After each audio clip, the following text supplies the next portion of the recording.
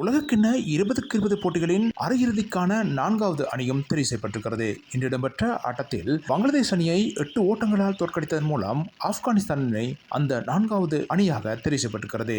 ஏற்கனவே இங்கிலாந்து, தென்னாப்பிரிக்கா, இந்தியா ஆகிய 3 அணிகள் அரையிறுதிக்கு தெரிவு செய்யப்பட்டன.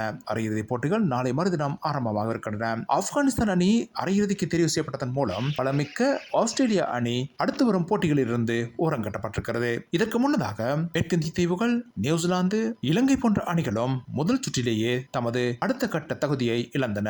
இதற்கிடையில் இந்த வருடத்துக்கான உலகக்கிண்ண 2020 போட்டிகளில் ஆப்கானிஸ்தான் அணியின் முன்னேற்றமான ஆட்டம் அந்த அணி இறுதிப் போட்டிக்கும் சில வேளைகளில் தெரிவாகலாம் என்ற எதிர்பார்ப்பை ஏற்படுத்தியிருக்கிறது.